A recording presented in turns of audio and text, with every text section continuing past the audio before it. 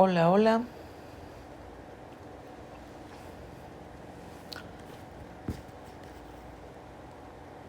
El día de hoy vamos a ver el título cuarto de las personas físicas. ¿Por qué? Pues porque estamos ya en el mes de abril, mes en el que se presenta la declaración anual de las personas físicas.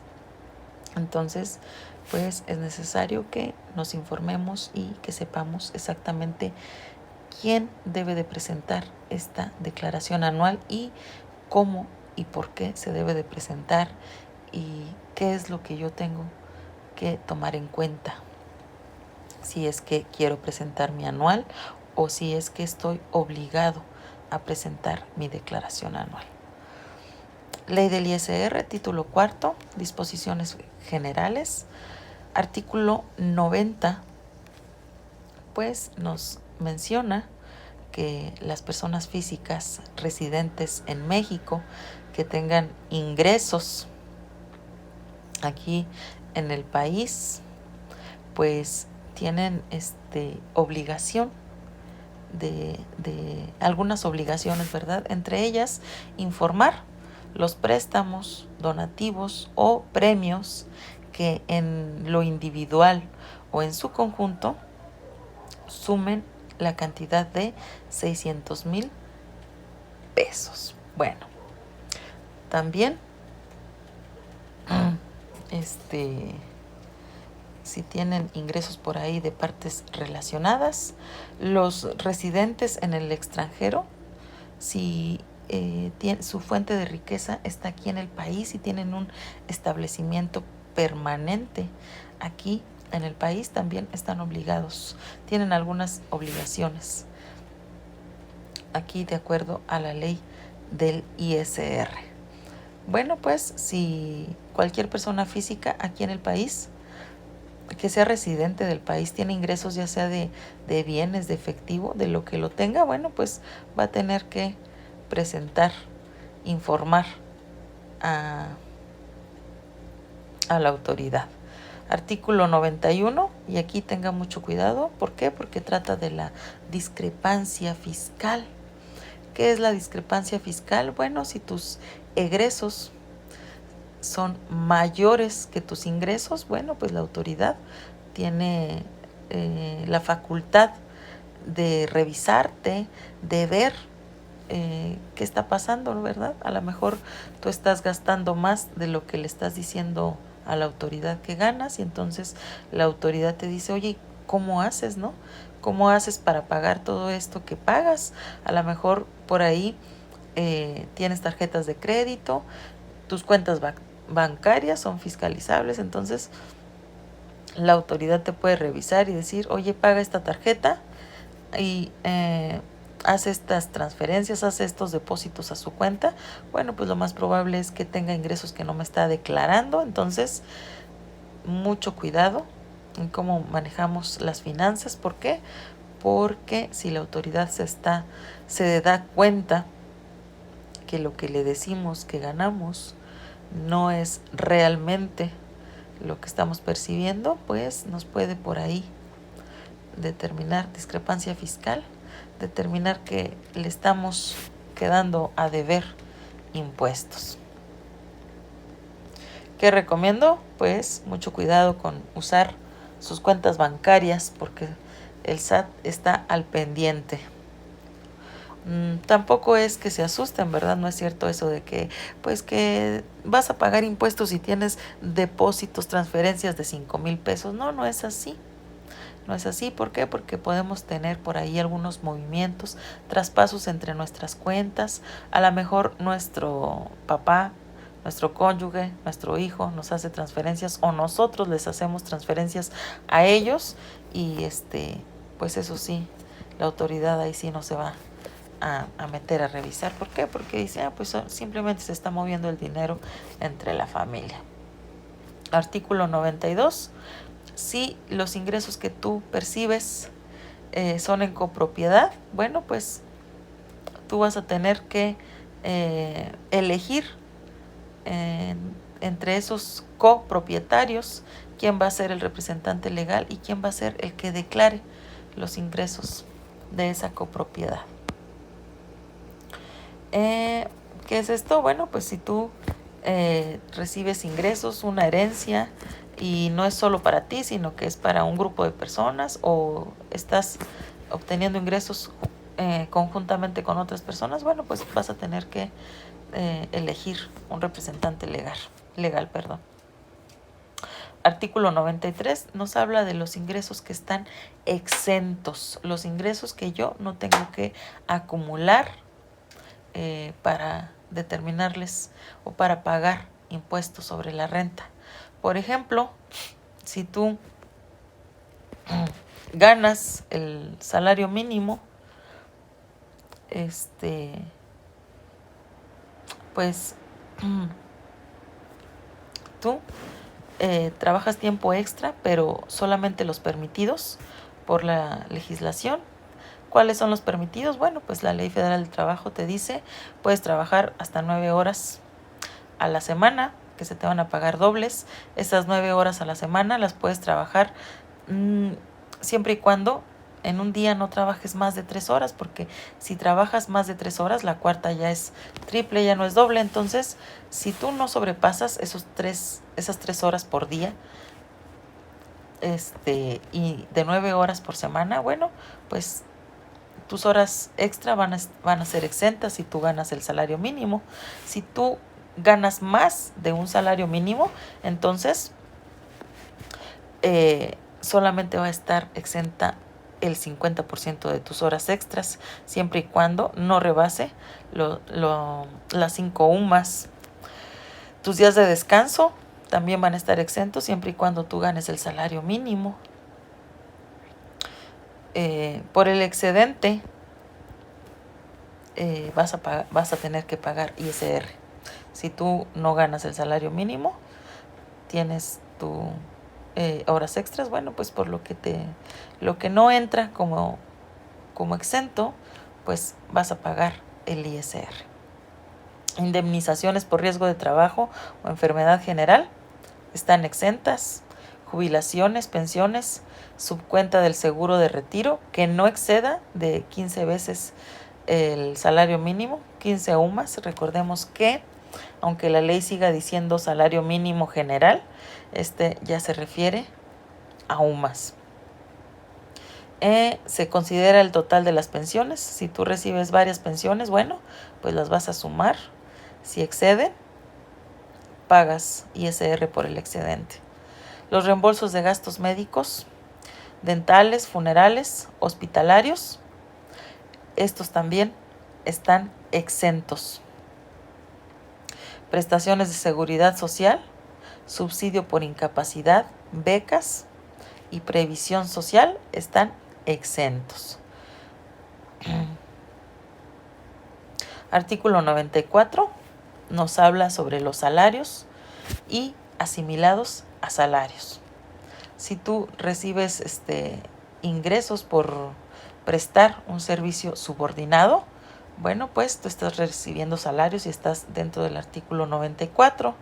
Los asimilados a salarios, ¿cuáles son? Bueno, pues las personas físicas que reciben sueldos o salarios de personas morales, personas físicas, y que más del 50% de sus percepciones vengan de esta persona moral o de esta persona física, pueden optar por asimilarse a salarios, decirle, ¿sabes qué? Pues en lugar de que yo te expida una factura, pues tú tímbrame como un asimilado a salario, entre otros, ¿no? Miembros del consejo, accionistas, se pueden asimilar a salarios. Artículo 97.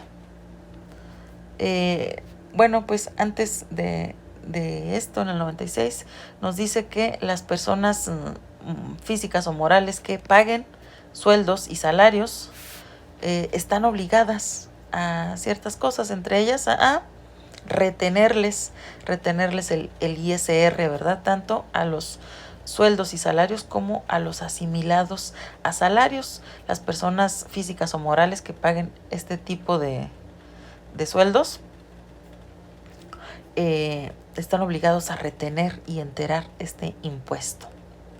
Artículo 97.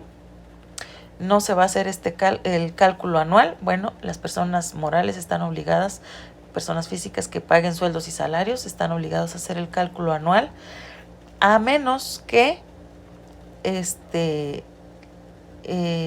estas personas a las cuales les timbran una nómina de sueldos y salarios o de asimilados hayan iniciado después del 1 de enero a trabajar o se hayan retirado antes del 1 de diciembre del año por el que se efectúe el cálculo. Bueno, pues no va a estar obligado tu patrón a determinarte este cálculo anual. Si obtuvieron ingresos anuales por los conceptos a que se refiere este capítulo, o sea, sueldos y salarios o asimilados que excedan de 400,000 pesos, pues asalariado, trabajador, estás obligado tú a presentar tu anual y no tu patrón. Si tú también decidiste que la vas a presentar y se lo comunicaste por escrito a tu retenedor, pues tu retenedor no va a estar obligado a hacer tu cálculo anual, sino que vas a tener tú que presentar tu declaración anual. Artículo 98. ¿Qué obligaciones tienes si tú tienes ingresos por sueldos y salarios? Bueno, pues vas a tener que presentar tu anual en los siguientes casos. Inciso A, cuando tengas otros ingresos aparte de los sueldos y salarios. Si tú tienes ingresos por arrendamiento, tienes ingresos por alguna actividad profesional o empresarial, bueno, pues tú vas a estar obligado a presentar tu declaración anual. Inciso B, si se lo comunicaste por escrito a tu retenedor, pues ya tienes la obligación a tu cargo. Cuando dejaste de prestar tus servicios antes del 31 de diciembre o tuviste 2 o más empleadores en forma simultánea, bueno, pues tú ya estás obligado a presentar tu declaración anual. Cuando tus ingresos por sueldos y salarios vengan de una fuente de riqueza ubicada en el extranjero o personas que no están obligadas a retenerte, pues estás obligado tú a presentar tu declaración anual. O cuando tus ingresos son más de 400,000 pesos, estás obligado a presentar tu declaración anual. Pero tienes tú a tu favor algunas deducciones personales que vas a poder aplicar a tus ingresos para poder disminuir el impuesto que resulte a tu cargo y, de ser posible, obtener un saldo a favor. En el artículo 151 de la ley del ISR vamos a encontrar las deducciones personales que tú vas a poder acumular y deducir en esta declaración anual. Bueno, pues tus honorarios médicos, dentales y por servicios profesionales como son el psicólogo y el nutriólogo, los gastos los gastos hospitalarios, siempre y cuando si tú estás pagando, por ejemplo, estos gastos no para ti, sino para otra persona, pueden ser tus hijos, tu cónyuge o tus padres, bueno, pues si van a ser deducibles para ti, siempre y cuando la persona que está recibiendo el beneficio no gane más de un salario mínimo elevado al año. Si esta persona ya no depende de ti, sino que ya gana su propio dinerito, pues estas deducciones ya no son para ti, ya no te corresponden. ¿Sí? Vas a poder deducir también los gastos funerales con el mismo requisito que el anterior. Los donativos no onerosos, o sea, si tú donaste a estas donatarias autorizadas, sin recibir nada a cambio, estos son los que tú vas a poder deducir.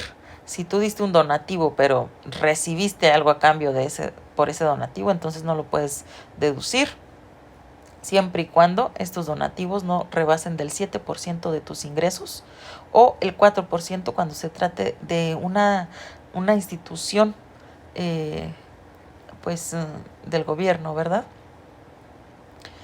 Intereses reales de créditos hipotecarios también los vas a poder deducir, los que son reales, los intereses reales, los que exceden, los que sobrepasan del ajuste anual por inflación, ¿verdad? Por eso es que tú entras a tu declaración anual, ya están por lo general precargadas estas deducciones y luego ves que el SAT no te pone todos los intereses que tú pagaste por tu crédito hipotecario.